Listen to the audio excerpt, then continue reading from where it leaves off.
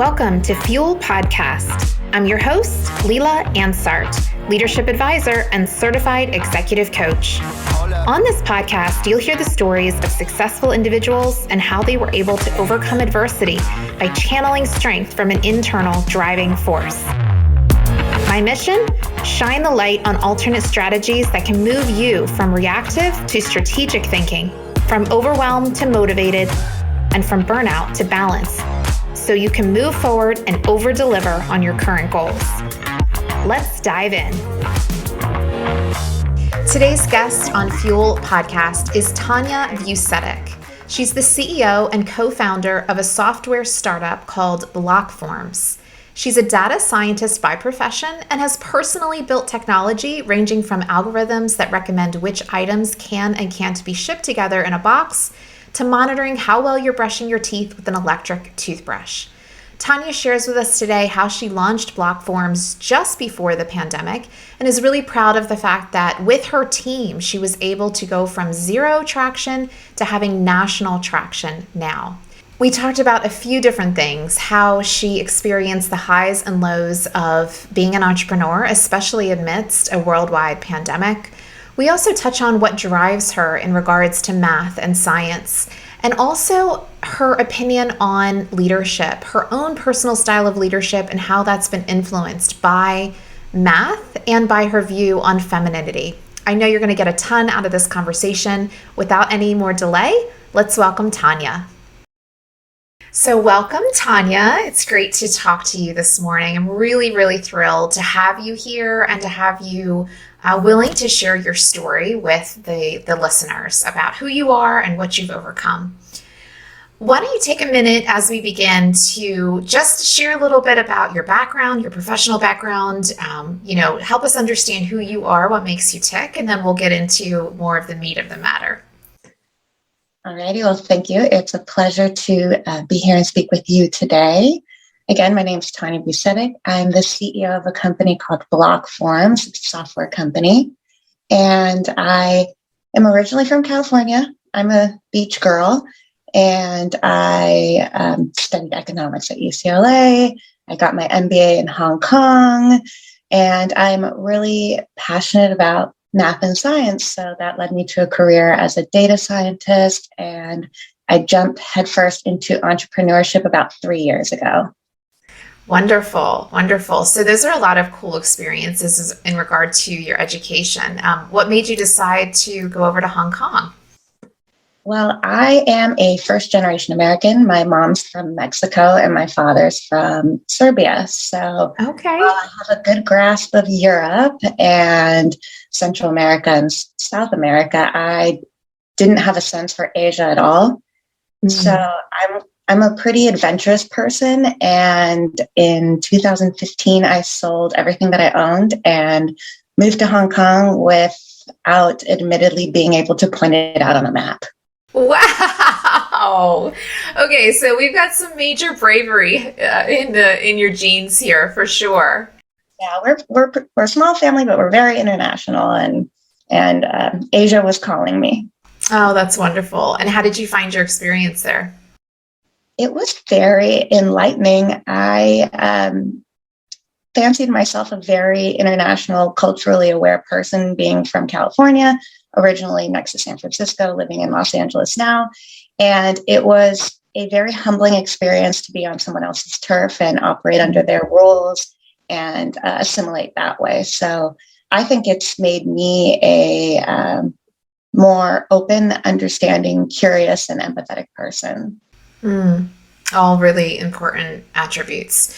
I always tell people when we talk about what they could do to expand their vision of the world, that the main thing is just travel and travel for fun, travel, with the Mai Tais on the club beach once in a while, but more so travel as a local and try to understand the local culture and experience it, in a little bit more of an authentic way, I think.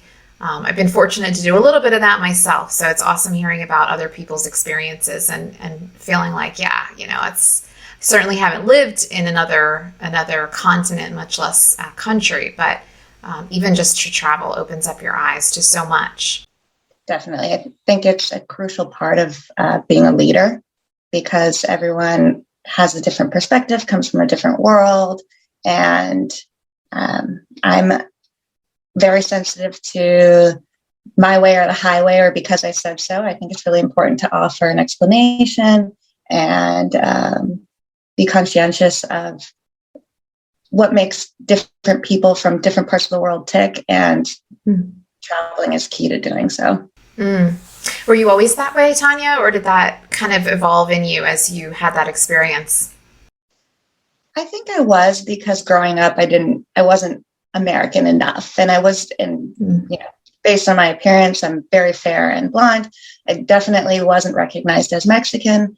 And when I'm in Serbia, people, I grew up in the US, so I'm also not Serbian. I'm definitely a mix. So in order to reconcile my own experience as an individual, I think my curiosity for other cultures, whether it's countries or religions or even belief systems, that's always been the fiber of my being.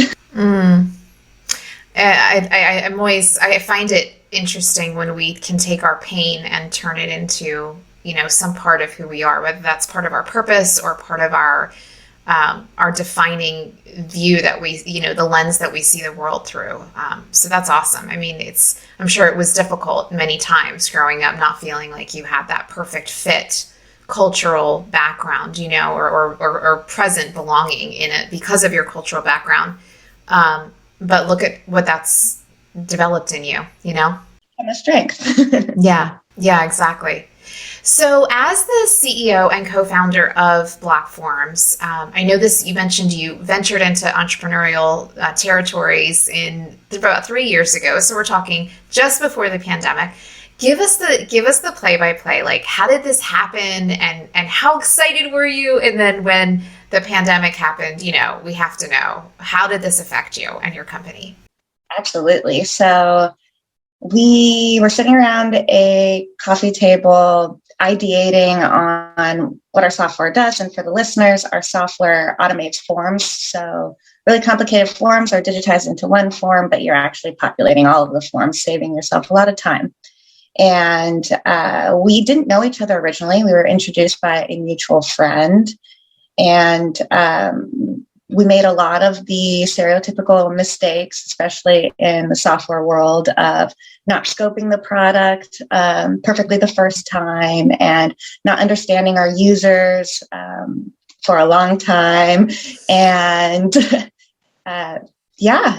things evolved. The software became real. And as soon as we started marketing it and applying for accelerator programs, that's when the pandemic hit. So it was really challenging to navigate keeping the spirits of my teammates up and my own spirits up when we had zero traction as a company. And the whole world became very reluctant to make any quick decisions. So all of the conversations we had around doing like a pilot program, or even anyone even consider signing, just came to a screeching halt. Yeah. And then we started to change our narrative. And what does software do? It makes working from home even easier. And people don't want to spend their time doing data entry, especially alone in their homes. So reduce the amount of time people spend doing that. We became quickly more intriguing to our customers. And June of 2021, we signed our first national customer. I say one customer, but it's actually hundreds of users. Yes. Yeah. Well, that's exciting. Yeah, so it sounds like the giant stop sign in the middle of the road that the pandemic was, in terms of anyone adopting your software, being willing to try it out, was released, I guess, from you shifting. You said, I shifted our narrative. So tell me a little bit about that process. I think that's been the hardest part, the storytelling about why what we've built is a necessary tool in the workplace, especially companies that that have to execute a lot of forms to do business. We started really talking about the insurance space, and our target customers were so niche: employee benefits insurance brokers. And that was important for building the product, to really understand their sales cycle, because it mirrors a lot of businesses' sales cycle. But when it came to pitching, whether it was investors or customers, we were way too narrow. So we needed to zoom out, because truthfully, the product is industry agnostic. We can build this, adapt the solution to any forms. And the pandemic really tested us to do so, because these insurance brokerages, so much red tape. They are massive. It's hard to get the right person in front of you to have this conversation, let alone getting them to make a decision on behalf of such a huge organization. Mm-hmm. And while we are doing so, and it's necessary because these contracts are awesome in their size, it's just a longer sales cycle. So then we decided to zoom out a little bit and go for adjacent industries, or even one of our customers is in the property management space. And those were a lot easier deals to close because we changed our narrative. Interesting. How much of that was a trial by fire experience? And okay. All of it. Just throwing things at the wall and seeing what sticks. That's entrepreneurship, right? There's no manual. You just have to keep going and take feedback, incorporate that feedback, and adapt it to whatever you're trying to achieve. Yeah, absolutely. And the valleys and the peaks that the entrepreneur journey brings are thrilling and depressing consecutively over and over, if you're truly honest about it. That journey is one that requires so much personal resilience and so much internal fortitude, what on this podcast I like to call fuel. What do you think was, amidst all of these obstacles that you've sort of breezed over? Well, we were just talking to customers, and then the pandemic hit. Like, one sentence, right? But it's recent enough. We all know that was a giant freaking book, not just a sentence. That was, so many obstacles all rolled into one title, the pandemic. Through all of this, Tanya, what kept you going? What was the driving force? Besides the obvious, we all need to eat and sleep somewhere safe. Besides the obvious, what was the thing that kept you going here? I would say it's two things. One being, I really believe in the product. I have no reservations about the potential of its growth and its usefulness to the average person. But the second thing being my teammates. I don't know if I would have survived being a solopreneur. The fact that we are a team that made this commitment to each other, and that we all went through the same emotional experience, fortunately at different times, so we could lift the chin up of each other when one of us was feeling down. But that was huge to our survival over 2020. That's awesome. And how important is this idea of, math and science careers? How important is that idea to you individually? I think it goes extraordinarily important. And I think it goes back to that identity crisis as a small girl, because one thing I find math so beautiful and empowering and even feminine. And for me, it was a common language across everyone. Like, my grandmother, who didn't speak English, could help me with my math homework. And it has been a tool that has opened so many doors for me. And my passion for math and getting particularly young kids excited about math, and even more specifically young girls, is what motivates me to lead by example and eventually dedicate myself to that work. That's really beautiful. I know when you and I talked before, we got the pleasure of chatting a little bit prior to today's discussion. You talked about that you see math and science as feminine. And I love that because I've never heard anyone say that. And I really want to hear more about what you mean by that, if you would share. Sure. I have given this subject a lot of thought, and growing up, being good at math and science was always labeled masculine. And I think it's because when we're small, we quickly label things as good or bad, and that's part of our maturation into adulthood. But I find math very delicate. For instance, one thing's wrong, the whole thing falls apart. I find it very powerful, and femininity is very powerful. It's global, it's international, and that's where I extract the femininity from mathematics and science. So that's really interesting. I think, I think as so many individuals that I know, and there's certainly a movement around encouraging girls to pursue STEM, to pursue the math and the science careers, and addressing the fact that so many girls, sort of lose their confidence in those fields in their first double digits, as my daughter calls them. My daughter, who's 14.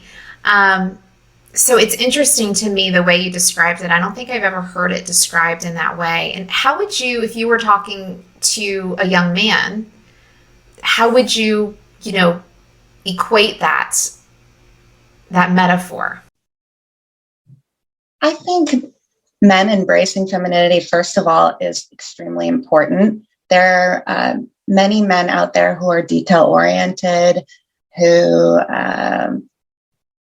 work in hyper-specific jobs and are very empathetic as individuals.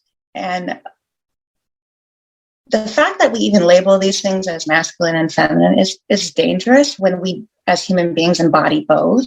Mm-hmm. And my tendency to lean on math and science as being feminine is to compensate for the mislabel of it being a masculine trade. I completely agree with you, and we didn't even get to go here on our initial discussion, so I'm actually quite excited to talk to you about this. I feel like labels have meaning, label an experience and you change the emotional experience that you had. You say, you come home from a hard day and you say, man, that day sucked. You have an emotional reaction when you put that label on it versus saying, man, it was a difficult day. I really showed how my resilience, pushed me through. You could call that whatever you might, but your emotional response comes from the labels that you use. I firmly believe in that. I'm a big believer in the power of language and how it affects us, etc. So I've always thought, these terms of masculine and feminine, I think they're a bit outdated. I would like to see a new term, and I have a few ideas of my own that I'm not ready to share. I'll tell that to you offline. But I think that it might benefit us to consider, like you said, the fact that we embody, as humans, we embody both. We have the ability to be strikingly empathetic. We have the ability to be quick decision makers and lead a group and be more driven in our communication and decision making approach. We have both of those. So why must we choose one? And why does it have to be so polarizing to be, one or the other versus just what is the type of energy I need for this situation and how can I step into that type of energy and develop that in myself? When I was younger, working in finance, I thought that I needed to be more intense and assertive and not wear makeup, pull my hair back in a bun, wear clogs to work. And it took me a long time to unlearn those things and really enjoy all aspects of myself and celebrate that I like to wear earrings and I like to wear colorful clothing and that has nothing to do with my job. Right. So, I'm just agreeing with you here and everything that you said. We are multifaceted, and I am not an intense, aggressive person at all. I lead my company through nurturing and listening, and then in return, my co-founders are always like, Tanya, take the lead, and pushing me onto the pedestal, and we have just the best dynamic. It's interesting. So many companies right now, we're talking about post-COVID. We're talking about this era of the great resignation, the great reshuffle, whatever you want to call it. So many people leaving their organizations for something better because we're all kind of a little tired, little disheartened. Maybe not all. Okay, maybe there's a few that aren't. So for those of you listening, I give you a pass. But the far majority of those that I talk to in the work that I do are quite often, unless their company has a very intentional culture, they're tired, they're worn out, they're realizing that, maybe a realization that would have taken them another 10 years to get to, that things need to be better in the workplace. And so much of that stems back to company culture. And in my opinion, so much of that stems back to leadership and the type of leadership that you choose to employ in dealing with your talent and your people. So you mentioned as a leader, you lead with a more feminine, what you would call, well, maybe since we've said that's out of date, maybe we need to just say a more empathetic approach. What do you think has been the impact of that in terms of retention, in terms of motivation of your team? The fact that we're all still together after how hard it's been, I think is speaks for itself. Mm-hmm. Even in times of low cash flow, people have been willing to be patient for being compensated because not only do they believe in the product, but they believe in the team. And part of that is attributed to leadership style. Mm. Life is hard. We're all humans. In our small team alone, we've had divorce, we've had parents getting sick, we've had people getting married. And a lot of that is, and people moving across the country. It's being a human being. And when I reflect back on my career up until this point, everything is about the people that you work with. What you're actually doing on a day-to-day basis is, for me, a much smaller component of my overall happiness and health when it comes to the workplace. Yeah, so true. Tanya, do you have any specific stories that you could share around this drive that you have around your team pulling together, around your passion for, women and girls embracing the math and the sciences? I mean, give us a story to help us get to know you even a little better. Okay, which story do I want to pick, and how recent do I want to be? I always get asked about my experience as a woman in male-dominated industries. And it's a complicated question because I've never been a man. I have nothing else to compare it to. Mm. But I do very much have my experience. And one of the jobs that changed my life most was when I was in my early to mid 20s. And I was working for an aircraft leasing company, working in doing valuation, pricing the leases of commercial jets. And the people there were very supportive of my career, men leaving books on my desk, pointing me to which chapters to look at when it comes to credit, risk evaluation. And in the same environment, I had one individual who insisted to help me to the point where I felt really uncomfortable. Mm. And even locked me in his office at one point and told me to go ahead and report him to HR, and he would end my career in aviation finance. Oh my goodness. And that was an important experience for me because it wasn't about what happened to me, but I had to be very careful in how I reacted. And I didn't go to HR because I didn't have a lot of faith in our HR, but I did go to my boss, who spoke to then his boss, and all of the other men that worked with me really supported me through that impossible threat and uncomfortable situation. And my takeaway from that experience that I want to share with the listeners is to always communicate what's going on and not be afraid of these environments where the demographics are not identical to your own, because the majority of people are on your side. Things happen, but the way that the people I actually work directly with resolved the situation really empowered me to keep going and keep trusting other people. So don't be afraid of math and science because the environment isn't a bunch of people who look at like you yet. It will be. Because there are more people are good than bad. I firmly believe that as well. And I think depending on individuals' experiences, that can be an easier truth to align with or not. But I think, there's, as the saying goes, there's a bad apple in every bunch. And I think it's less about pointing out the bad apple and instead pointing out the experiences that we have in common with each other, where we want to get ahead. We want to have a meaningful life. We want to be able to work with people that we respect, who drive us, who inspire us, and whom we can make a difference to as well.